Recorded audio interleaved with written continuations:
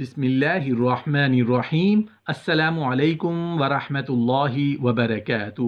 نحمدہ ونصلی علی رسولہ الکریم، اما بعد۔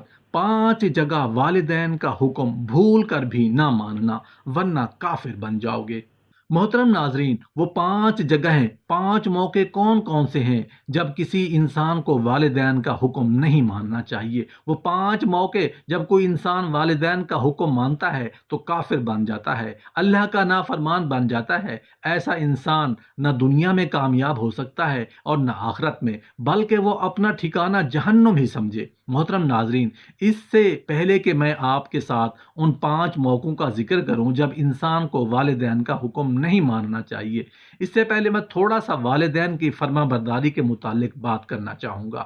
محترم ناظرین، حدیث کے الفاظ ہیں کہ ماؤں کو نافرمانی بھی حرام ہے جیسا کہ مردار اور خنزیر حرام ہے۔ حضرت بریدہ رضی اللہ عنہ روایت کرتے ہیں کہ ایک شخص نے اپنی ماں کو کندھے پر اٹھا کر حج کروایا اور آ کے اللہ کے رسول صلی اللہ علیہ وآلہ وسلم سے کہتا ہے کہ میں نے یہ کام کیا ہے، کیا میں نے اپنی ماں کا حق ادا کر دیا ہے؟ اللہ کے رسول صلی اللہ علیہ وآلہ وسلم نے 2 جواب دیے۔ فرمایا، جب ناخن بڑھ جاتا ہے تو ہم ناخن کاٹ دیتے ہیں۔ تم کہہ رہے ہو کہ ماں کا حق ادا کر دیا، تم نے اس ناخن جتنا بھی حق ادا نہیں کیا۔ اور دوسری روایت کے الفاظ ہیں کہ تم کہتے ہو کہ ماں کا حق ادا کر دیا ہے، تم نے تو ایک تکلیف کا بدلہ بھی نہیں دیا جو اسے تمہارے لیے اٹھانی پڑی۔ آج یہ مسئلہ، یہ شکایت شروع ہو گئی ہے کہ جی ماں بہت تنگ کرتی ہے، ہر وقت کھانستی رہتی ہے۔ یہ کوئی بھی نہیں کہتا کہ میری بیوی ماں کو تنگ کرتی ہے، یہ کبھی شکایت نہیں آئی۔ یہ وہ والدین ہیں جنہوں نے اپنی جوانی بھی، اپنی خواہشیں بھی اور اپنا سب کچھ قربان کر کے اولاد کو پالا ہوتا ہے کہ پڑھ جائیں، کام سیکھ لیں، خوش رہیں، ان کو آسانی ملے۔ جو ہی اس اولاد کے دماغ میں خناس آتا ہے تو سب سے پہلے والدین نشانہ بنتے ہیں۔ اگر خنزیر حرام ہے تو والدین کی نافرمانی کرنا بھی حرام ہے۔ اب سوچتے ہیں کہ والدین کی نافرمانی کیا ہے؟ میں آپ کے سامنے حضرت عبداللہ ابن عباس رضی اللہ عنہ کی ایک بات آپ کے سامنے پیش کر دیتا ہوں، باقی باتیں خود ہی سمجھ آ جائیں گی۔ کسی نے پوچھا کہ والدین کی نافرمانی کیا ہے؟ وہ کہتے ہیں وہ تو بہت ہی لمبی چیز ہے، کیسے بتاؤں؟ میں آپ کو ایک نشانی بتا دیتا ہوں۔ اگر کوئی شخص اپنے باپ کے ساتھ کھڑا ہو جائے، پھر اپنے کپڑے اس نے جھاڑا ہے اور کپڑا جھاڑنے سے غبار اڑ کر باپ پر پڑ گیا ہے تو یہ شخص اللہ کے ہاں نافرمان لکھا جائے گا۔ اللہ کے نبی صلی اللہ علیہ وآلہ وسلم کی خدمت میں ایک شخص حاضر ہوا، اس نے جہاد پر جانے کی اجازت طلب کی تو فرمایا کہ کیا تیرے والدین زندہ ہیں؟ اس نے کہا حضور میرے والدین زندہ ہیں۔ کہا جا ان کی خدمت کر، یہی تیرا جہاد ہے۔ حضرت اویس کرنی رسول اللہ صلی اللہ علیہ وآلہ وسلم کی ملاقات کے لیے نہیں آئے۔ رسول اللہ صلی اللہ علیہ وآلہ وسلم نے اپنے بٹن کھولتے ہیں اور کان یمن کی طرف رخ کر کے لمبی سانسیں لیتے ہیں اور کہا کہ میں رحمان کی خوشبو پا رہا ہوں۔ ایک دن صحابہ کرام رضوان اللہ تعالی علیہم اجمعین نے پوچھا کہ یا رسول اللہ صلی اللہ علیہ وآلہ وسلم، جس کے لیے آپ تڑپتے ہیں، جس کی آپ کو ٹھنڈی ہوائیں آ رہی ہیں، وہ آپ کا بڑا پیار کرنے والا ہے۔ کہا ہاں، مجھ سے بڑی محبت کرتا ہے۔ صحابہ کہنے لگے کہ حضور اگر اتنی محبت کرتا ہے تو یمن تو دور نہیں، وہ کیوں نہیں آتا؟ آپ نے فرمایا اس کی بوڑھی اور نابینا ماں ہے جس کی خدمت اس کو آنے نہیں دیتی۔ حضرت اویس کرنی نہیں آئے لیکن حضور ان کی یاد میں تڑپ رہے ہیں۔ آپ صلی اللہ علیہ وسلم نے فرمایا کوئی یمن جائے تو اویس کرنی سے ملے تو کہنا کہ میری امت کی بخشش کے لیے دعا کرے۔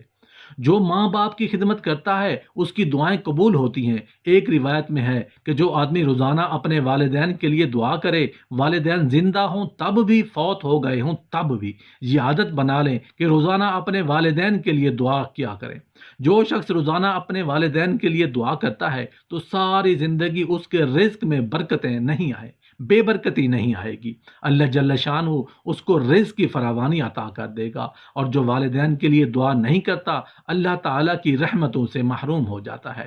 محترم ناظرین، 5 جگہ والدین کا حکم کبھی نہ مانیں ورنہ کافر بن جائیں گے۔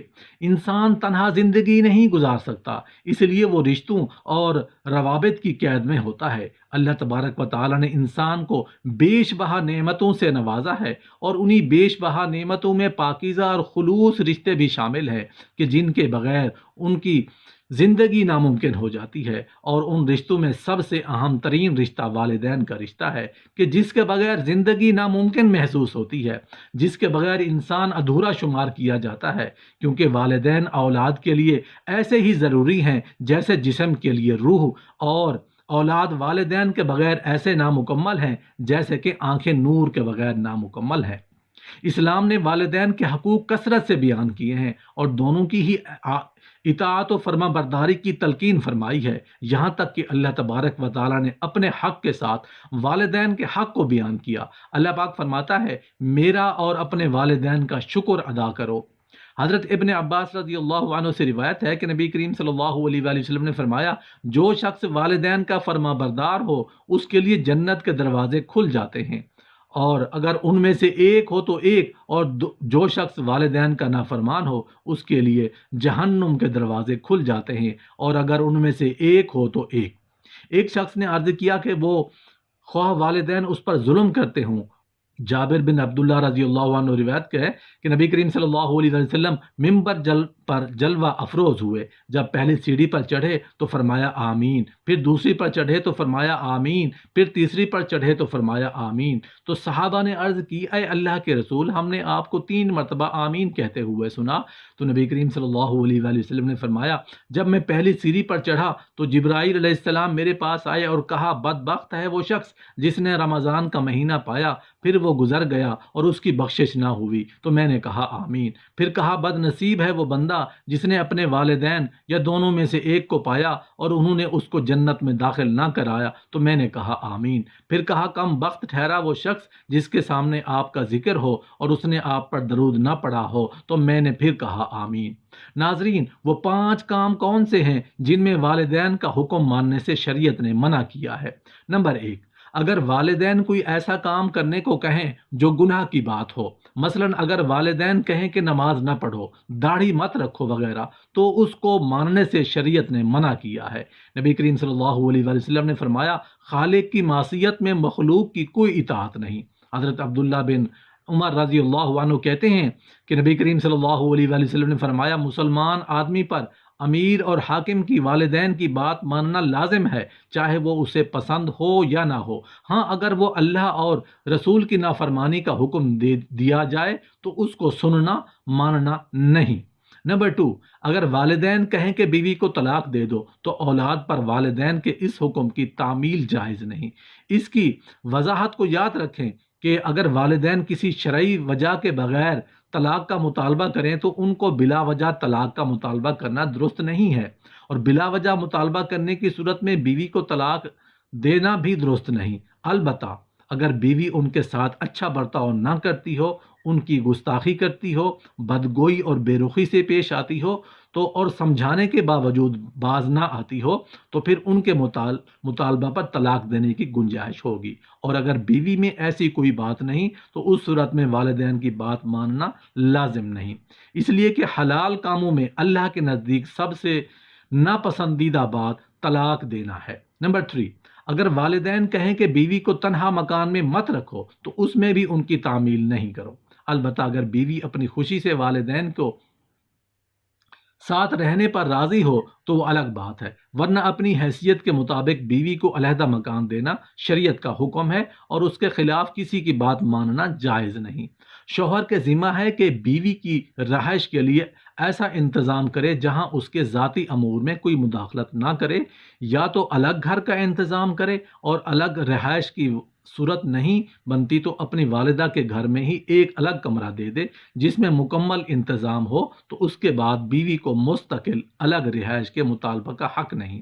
نمبر 4، اگر والدین نے اپنی شادی شدہ بیٹی کو زبردستی اپنے گھر بٹھایا اور شوہر کے گھر جانے کی اجازت نہیں دے رہا اور لڑکی اپنے شوہر کے گھر خوش ہے تو اس صورت میں بیٹی پر والدین کی اطاعت جائز نہیں۔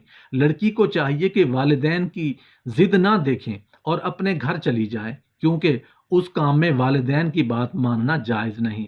والدین کا مقام کیا ہے اس کا اندازہ تو نبی کریم صلی اللہ علیہ وآلہ وسلم کے اس فرمان سے لگایا جا سکتا ہے کہ نبی کریم صلی اللہ علیہ وآلہ وسلم نے فرمایا، اگر میں اپنے والدین یا ان دونوں میں سے کسی ایک کو پاتا جس کی میں جب کہ میں عشاء کی نماز شروع کر کے سورہ فاتحہ پڑھ چکا ہوتا اور وہ مجھے پکارتے اے محمد، تو میں جواب میں لبیک کہتا اور ان کے لیے نماز چھوڑ دیتا۔ جو شخص نے اپنی ماں کی نافرمانی کی، والد کی نافرمانی کی، ان کو تکلیف پہنچائی، تو اس پر اللہ کی لعنت، فرشتوں کی لعنت ہوتی ہے۔ اللہ تبارک و تعالی نہ اس کا فرض قبول کرتا ہے نہ نفل، یہاں تک کہ وہ اللہ سے توبہ کرے اور اپنے والدین کے ساتھ نیکی کرے، کیونکہ والدین کی رضا اللہ کی رضا پر موقوف ہے۔